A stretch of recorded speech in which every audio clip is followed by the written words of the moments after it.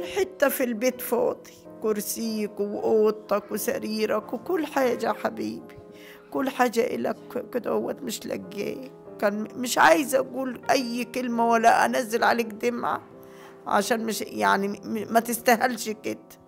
أنا بعدك خلاص، أنا ظهري انقطم خالص يا عبدو.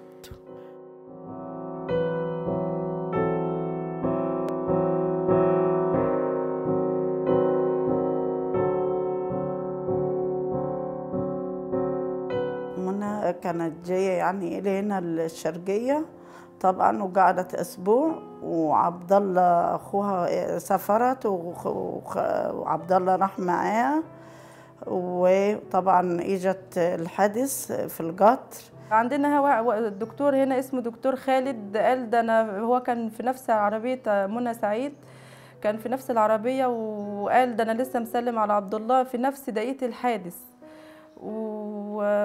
وسلم عليه وقال له أنت جاي رايح فين يا عبد الله؟ قال ده أنا رايح أودي أختي منى. فما فيش ثواني، هو لسه هو كان بيتمشى في الطرق، ما فيش ان هو كان يا دوب يرجع مكانه الحادثه حصلت. بيقول انا ما درتش بالدنيا، بس عبد الله كان واقف على الباب وماسك الحديدتين اللي هم بتوع الباب. فروحنا كلنا اتصلنا ونشوف، كلنا طلعوا منى وعيالها وطلعوا البنات كلهم، ستة توفوا، وعبد الله ندور على عبد الله ما فيش ليه اي اثر. منى وعيالها ليهم كل حاجه ليهم باينه، رحنا شباشبهم، هدومهم، شنطهم، كل حاجه، الا عبد الله ملوش اي اثر خالص.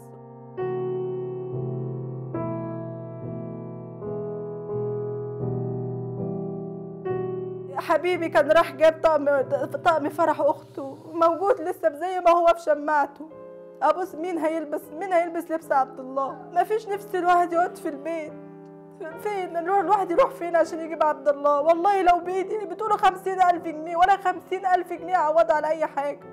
خدوا 100,000 جنيه ابيع بيتي، ابيع كل حاجه، واجيبوا لي عبد الله.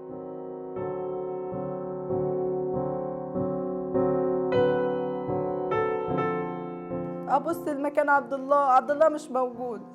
ابص فين كرسي، مش كل كرسي اللي بيقعد عليه عبد الله مش موجود، سريره فاضي، اوضته فاضيه. عبد الله روح مشي، هتروح كلية يا عبد، وقال انا يا ماما اجي حابه اقول لك وحنشوف، اروح ان شاء الله يا ماما، ارجع ان شاء الله ودي اختي وعيالها وهيرجع وهنتكلم. واديني مستنيه عبد لغايه دلوقتي.